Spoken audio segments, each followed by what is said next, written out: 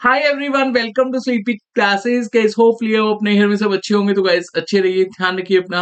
And guys आज हम discuss करेंगे घटना चक्र सीरीज में साइंस से रिलेटेड क्वेश्चंस। और हाँ, सेशन स्टार्ट करने से पहले मैं आपको बता दूं, सभी के सभी क्वेश्चंस को आपने क्विज की तरह अटेम्प्ट करना है और लास्ट में कमेंट सेक्शन में बताना जरूर है आउट ऑफ 10 आपके कितने क्वेश्चंस ठीक हुए। तो चलिए सेशन को स्टार्ट करते हैं। अब देखिए, क्वेश्चन फर्स्ट में हमें लिस्ट वन में गिवन है विटामिन एंड लिस्ट सेकंड में हमें गिवन है विटामिन की कमी से होने वाली डिसीज। अब एक बार हम लिस्ट वन देख लेते हैं। Vitamin A, vitamin D, vitamin B 12 and vitamin K. अब इनकी कमी से होने वाले डिसीज एक बार लिस्ट सेकंड में देख लेते हैं। पेनिशिया, एनीमिया, और सेकंड पर है हीमोफीलिया, और थर्ड पर है जीरोफ्थाल्मिया, एंड फोर्थ पर है रिकेट्स। बहुत इजी क्वेश्चन है, होपफुली अभी तक आपने इस क्वेश्चन का सही आंसर मार्क कर लिया होगा।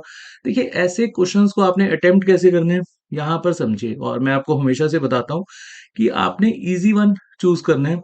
तो यहाँ पर सबसे इजी है विटामिन डी। विटामिन डी की कमी से कौन सा रोग हमें देखने को मिलता है? रिकेट्स। अब यहाँ पर कोट्स में जाओ, बी के आगे फोर कहाँ लगा हुआ है? तो ऑप्शन बी में आपको यहाँ पर फोर लगा देखने को मिलेगा। तो यहाँ पर ऑप्शन बी बिल्कुल सही हो जाएगा। देखिए, एग्जाम में हमारे पास ना टाइम की कमी होती है और हमें इस तरह के क्वेश्चंस को अटेम्प्ट हमेशा से ऐसे ही करना चाहिए। एक तो हमारा टाइम बहुत यहाँ कम लगता है और साथ साथ एक्यूरेसी यहाँ पर बनी रहती है।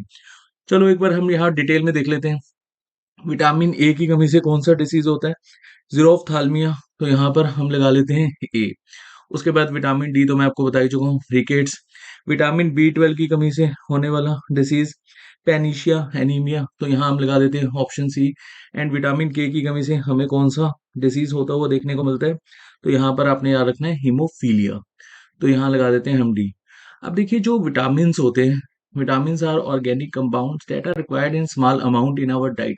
अगर हम विटामिन को कंज्यूम नहीं करेंगे, मान लो कि अगर विटामिन ए की कमी होगी, तो उससे कोई ना कोई डिसीज हमें देखने को मिलता है, जो मैंने आपको बताया, जीरोफ्थाल्मिया।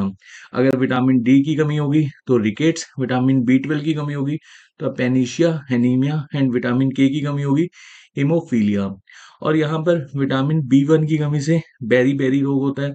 और deficiency of vitamin A, night blindness भी हमें देखने को मिलता है। विटामिन बी 9 एंड बी 12 की कमी से कौन सा रोग हो जाता है? यहाँ पर आपने याद रखना है मेगेलोब्लास्टिक एनीमिया या फिर पेनिशिया एनीमिया। विटामिन सी की कमी से तो बहुत इजी था, scurvy and swelling of germs. And vitamin D की कमी से रिकेट्स, और एक आपने यहाँ याद रखना है ऑस्टियोमैलेशिया। विटामिन के की कमी से नॉन क्लोटिंग ऑफ ब्लड, और क्लोटिंग होना बहुत जरूरी है, हमने डिटेल में डिस्कस करा था। अच्छा, साइंस से भी हम टॉपिक डिस्कस करेंगे। अगर आप कमेंट सेक्शन में मान लो कि कोई टॉपिक समझना चाहते हैं, तो आप कमेंट कर सकते हैं कि सर ये जो टॉपिक है इसको आप समझा दो, तो वो हम टॉपिक भी कवर करेंगे साइंस में। लेकिन उसके लिए आपको कमेंट जरूर करना होगा। और विटामिन ई की कमी से होता है लेस फर्टिलिटी। तो चलिए नेक्स्ट क्वेश्चन देख लेते हैं। In country where polish rice is the main cereal या फिर cereal in diet people suffer from. तो आपने यहाँ पर याद रखना है पेलेग्राम, स्कर्वी, बेरी बेरी, या फिर ऑस्ट्रो मलेशिया। तो देखिए, यहाँ पर ऑप्शन सी बिल्कुल सही हो जाएगा। यहाँ ऑप्शन बेरी बेरी मतलब ये बिल्कुल सही है। और यहाँ पर जो लोग ऐसे इस तरह से अगर पॉलिश राइस को मेनली कंज्यूम करते हैं, तो उस कंट्री में हमें कौन से डिसीज होने का खतरा रहता है? Berry berry. मेनली यहाँ पर जो ईस्ट एशियन कंट्रीज हैं उनमें इस तरह की यहाँ पर हमें डिसीज देखने को मिलती है। चलिए नेक्स्ट क्वेश्चन देख लेते हैं। Which of the following use to save energy. अब देखिए, यहाँ पर एलईडी नहीं है, तो उसके पॉइंट ऑफ व्यू से आपने यहाँ पर देखना है कि कौन सा ऑप्शन सही है। Electric bulb, CFL, compact fluorescent lamp, और सी ऑप्शन है fluorescent tube, and D option है मिनिएचर सर्किट ब्रेकर। तो देखिए, यहाँ पर कंफ्यूजन आपको हो सकती है ऑप्शन बी और ऑप्शन डी में, लेकिन यहाँ पर ऑप्शन बी बिल्कुल सही है, सीएफएल कॉम्पैक्ट फ्लोरोसेंट लैंप। हाँ, अगर एलईडी होता तो डेफिनेटली आपका आंसर यहाँ पर ऑप्शन जो भी एलईडी में होता वो आपका यहाँ पर सही होता, लाइट एमिटिंग डायोड। चलिए नेक्स्ट क्वेश्चन देख लेते हैं। Which of the following is not a source of air pollution. बहुत ही अच्छा क्वेश्चन है। आपको बताना है इनमें से कौन सा एयर पोल्यूशन का सोर्स नहीं है। Wind mill, burning of firewood, automobile. और यहाँ पर जो ऑप्शन सी है, इसमें थोड़ा सा आप कंफ्यूज हो सकते हैं, तो ध्यान से आपने अटेम्प्ट करना है। Automobile, vehicular, exhaust, and option D है थर्मल पावर प्लांट। तो यहाँ पर ऑप्शन ए बिल्कुल सही हो जाएगा। विंड मिल किसी भी वे में सोर्स नहीं होता एयर पोल्यूशन का। और ये तीनों सोर्स हैं, और बाकी सोर्स भी एक बार हम देख लेते हैं। Burning fireworks, thermal power plant, burning of firewood, automobile, vehicular exhaust, oil refineries and industrial factories. चलिए नेक्स्ट क्वेश्चन देख लेते हैं। नेक्स्ट क्वेश्चन है यहाँ पर, लिक्विड्स दैट बायोग्रेड इनटू वाटर। ये क्वेश्चन थोड़ा सा आपका यहाँ पर इस तरह से आपने यहाँ याद रखना है, डेंगू इज कोज्ड बाय। इस क्वेश्चन को आप यहाँ पर इस तरह से हटा लीजिएगा। डेंगू किस वजह से होता है? Anopheles mosquito, Aedes इजिप्टी mosquito, A bacteria and climate change. तो देखो डेंगू का मेन कोज क्या है? Aedes इजिप्टी mosquito. तो यहाँ पर ऑप्शन भी बिल्कुल सही हो जाएगा, ये वेक्टर है।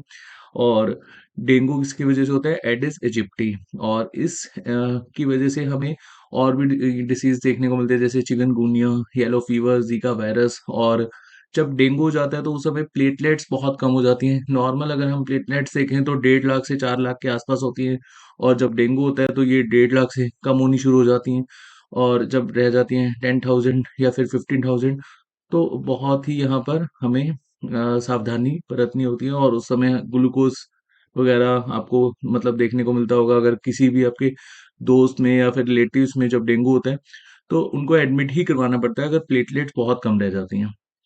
चलिए नेक्स्ट क्वेश्चन है, when lightning strike in the sky then which oxide of nitrogen is produced? Nitrogen pentoxide, nitrogen oxide, nitrogen dioxide and nitric oxide. अब ये जो फार्मूला लिखे हुए हैं ना, ये भी आपने यहाँ पर याद रखना है। N2O5 ये इस तरह से लिखा हुआ है, इसमें आपने कंफ्यूज नहीं होना। N2O, NO2 and NO। तो देखिए यहाँ पर ऑप्शन सी बिल्कुल सही हो जाएगा, नाइट्रोजन डाइऑक्साइड। एक बार हम इसको समझ लेते हैं। During thunderstorm and rain water contain nitric acid. और उसके बाद अगर हम देखें तो ये इस रिएक्शन से आप समझ सकते हैं, नाइट्रोजन प्रेजेंट होता है और ऑक्सीजन, देन यहाँ पर हमें देखने को मिलता है नाइट्रिक ऑक्साइड, और उसके बाद nitric oxide is further oxidise into nitrogen dioxide. अब देखिए जैसे नाइट्रोजन डाइऑक्साइड हमें बनता हुआ देखने को मिलता है, ये भी डिसॉल्व हो जाता है फर्दर, क्योंकि यहाँ पर atmospheric moisture in presence of oxygen and air, और क्या बन जाता है फिर बाद में? Nitric acid. लेकिन मेनली अगर हम यहाँ पर देखें तो नाइट्रोजन डाइऑक्साइड आपने यहाँ पर याद रखना है। चलिए नेक्स्ट क्वेश्चन है, the term CTBT is related to. अब ये क्वेश्चन जब एग्जाम में हमें देखने को मिलता है ना, तो यहाँ पर हम कंफ्यूज हो जाते हैं कि ये इकोनॉमिक्स से क्वेश्चन है, साइंस से है, या फिर साइंस एंड टेक से है, या फिर ऐसी करंट अफेयर से रिलेटेड क्वेश्चन है। तो ये क्वेश्चन आपका साइंस से ही है। सीटीबीटी की अगर आप फुल फॉर्म देखेंगे तो डेफिनेटली ये क्वेश्चन आप बहुत ही इजीली अटेम्प्ट कर पाएंगे। और अभी हम साइंस के क्वेश्चन डिस्कस कर रहे हैं, तो उसके अकॉर्डिंगली सिर्फ एक ही ऑप्शन बचता है, न्यूक्लियर वेपन्स। अब सीटीबीटी बोले तो कम्प्रिहेंसिव टेस्ट बैंड ट्रीटी, और ये ट्रीटी कब हुई थी? 24 सितंबर 1996। और इस ट्रीटी के तहत कोई भी कंट्री न्यूक्लियर वेपन्स को एक तरह से टेस्ट नहीं कर सकती। अच्छा, इंडिया ने लास्ट न्यूक्लियर वेपन को टेस्ट कब किया था? ये मुझे आप प्लीज कमेंट सेक्शन में बताइएगा। नेक्स्ट क्वेश्चन है, weapons of mass destruction bring a huge loss to life, property, environment and all the above. अगर आपने डिस्कवरी में जो 1945 में जो वर्ल्ड वार चल रहा था, वर्ल्ड वार सेकंड, उसमें जापान पर 2 बम गिराए गए थे। और अगर इसकी एज सच आपने कोई डॉक्यूमेंट्री देखी है तो डेफिनेटली आपको इस क्वेश्चन को अटेम्प्ट करने में आसानी रहेगी। और वैसे भी ये बेसिक अंडरस्टैंडिंग है, अगर इस तरह की वेपन्स को यूज करा जाता है तो ये सबके लिए ही खतरा है, इवन लाइफ के लिए, प्रॉपर्टी के लिए, एनवायरमेंट के लिए। तो ऑप्शन डी यहाँ पर बिल्कुल सही हो जाएगा। चलिए नेक्स्ट क्वेश्चन है, who is known as missile women of India. अब देखिए मिसाइल मैन तो हम सब जानते हैं, तो हमें यहाँ पर बताना है मिसाइल वुमेन कौन है। कमल राणा देव, Radha Balakrishnan, Kalpana Chawla and option D है टेसी थॉमस। तो ऑप्शन डी यहाँ पर बिल्कुल सही हो जाएगा, टेसी या फिर टेसी थॉमस। और Tessy Thomas is an Indian scientist and director general of aeronautical system and the former project director of Agni fourth missile in defence research and development organisation, DRDO। And यहाँ पर आपको याद रखना है, कमला रानाडे कौन है? ये इनका नाम बायोलॉजी में बहुत है, आप ऐसे समझ लो, इंडियन बायोमेडिकल रिसर्च। और इनका जो बेसिकली रिसर्च किस में चल रहा था? कैंसर एंड वायरस में। राधा बालकृष्णन ये फिजिस्ट हैं, और इंडियन फिजिस्ट। और यहाँ पर आपको कल्पना चावला तो डेफिनेटली पता ही होगा, ये एस्ट्रोनॉट हैं, और ये कहाँ के रहने वाले थे? करनाल के। हालांकि इस तरह के क्वेश्चन नहीं पूछे जाते, बट फिर भी आपको पता होना चाहिए। First Indian women to go space. चलिए नेक्स्ट और आज का जो हमारा लास्ट क्वेश्चन है, अब देखो ये क्वेश्चन बहुत कंफ्यूजिंग है।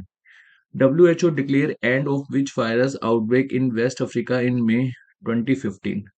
अब यहाँ पर 2014 भी हो सकता है, 2015 भी हो सकता है, या इस आगे क्वेश्चन पूछे जा सकते हैं कि बताइए 2022 में इनमें से जो ये कौन से डिसीज का आउटब्रेक युगांडा में हमें देखने को मिला था। तो देखिए यहाँ पर आपने याद रखना है, WHO के द्वारा डिक्लेयर करा गया था कि जो इबोला है वो उसका जो आउटब्रेक है वो खत्म हो चुका है, लेकिन उसके बाद भी हमें बहुत सी कंट्रीज में आउटब्रेक देखने को मिला है। और इसके बारे में हम थोड़ा सा पढ़ लेते हैं। नाइजीरिया को सबसे पहले यहाँ पर डिक्लेयर करा गया था WHO के द्वारा कि ये इबोला फ्री हो चुका है, और लेकिन उसके बाद भी हमें 2 बार इसका आउटब्रेक देखने को मिल चुका है नाइजीरिया में। और Ebola virus is an RNA virus, ये आपने याद रखना है, RNA वायरस की टाइप है इबोला वायरस। और इबोला का जो नाम है ये ब्लैक रिवर पर पड़ा था। और 1976 में इसका आउटब्रेक हमें देखने को मिला था सूडान एंड कोंगो में साइमल्टेनियसली।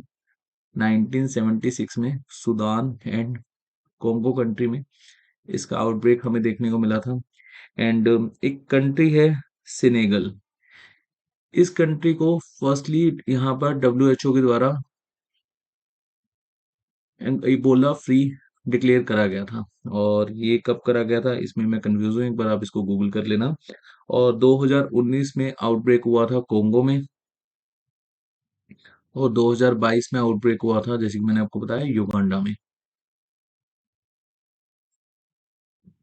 तो यहाँ पर WHO के द्वारा डिक्लेयर कराया गया था इबोला वायरस इन लीबिरिया 2015, और ये एक वेस्टर्न अफ्रीकन कंट्री है। चलिए होपफुली आज जो हमने क्वेश्चन डिस्कस करे, और देखो उसके बाद भी 2 बार आउटब्रेक हमें देखने को मिला है लीबिरिया में। चलिए आज जो हमने 10 क्वेश्चंस कवर करे, होपफुली इनमें से आपके 7 to 8 क्वेश्चंस ठीक होंगे। और जितने भी क्वेश्चन ठीक होते हैं, मान लो 2 होते हैं, 3 होते हैं, तो आपने इसमें घबराना नहीं है, और बिल्कुल भी आपने यहाँ पर झूठ नहीं बोलना। जितने भी क्वेश्चन आपके ठीक होते हैं अपने कमेंट जरूर करना है। देखो अगर आप सच बोलोगे और आप अपने आप को यहाँ पर प्रिपेयर करोगे कि हमें ज्यादा से ज्यादा स्कोर करना है, और जितने भी क्वेश्चंस मैं आपको करवाता हूँ उन क्वेश्चंस को आप समझोगे और याद रखोगे, तो डेफिनेटली आप अपने एग्जाम में अच्छे मार्क्स ले पाओगे।